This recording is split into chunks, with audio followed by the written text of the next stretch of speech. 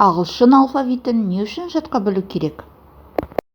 Ағылшын тілі алфавитін жатқа білу кез келген сөздерді әріптеп айтуға және дұрыс жазуға көмектеседі.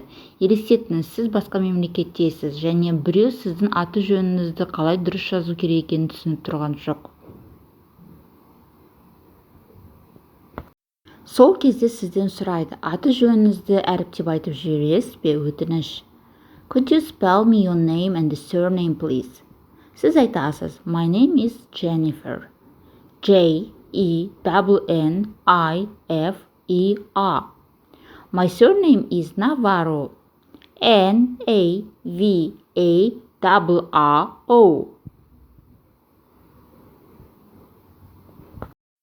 Егер сіздің сөзде бір әріп екі рет қайталанған болса, сіз double деп айтасыз.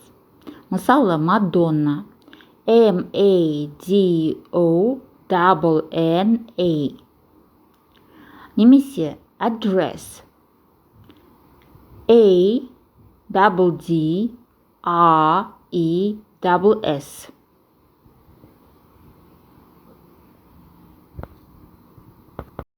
Есте сақтаңыздар, бұлай жазбаңыздар.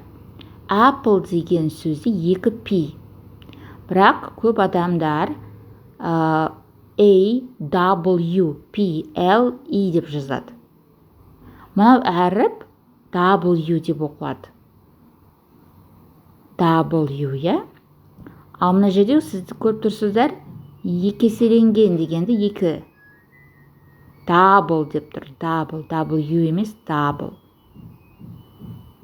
Сондықтан double P дегенде екі пиді жазасыздар. Қатарынан екі пи.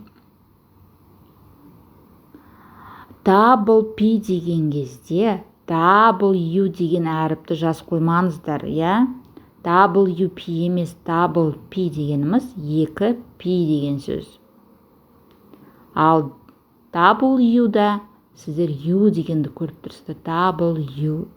Ал екі еселенгенде double P, double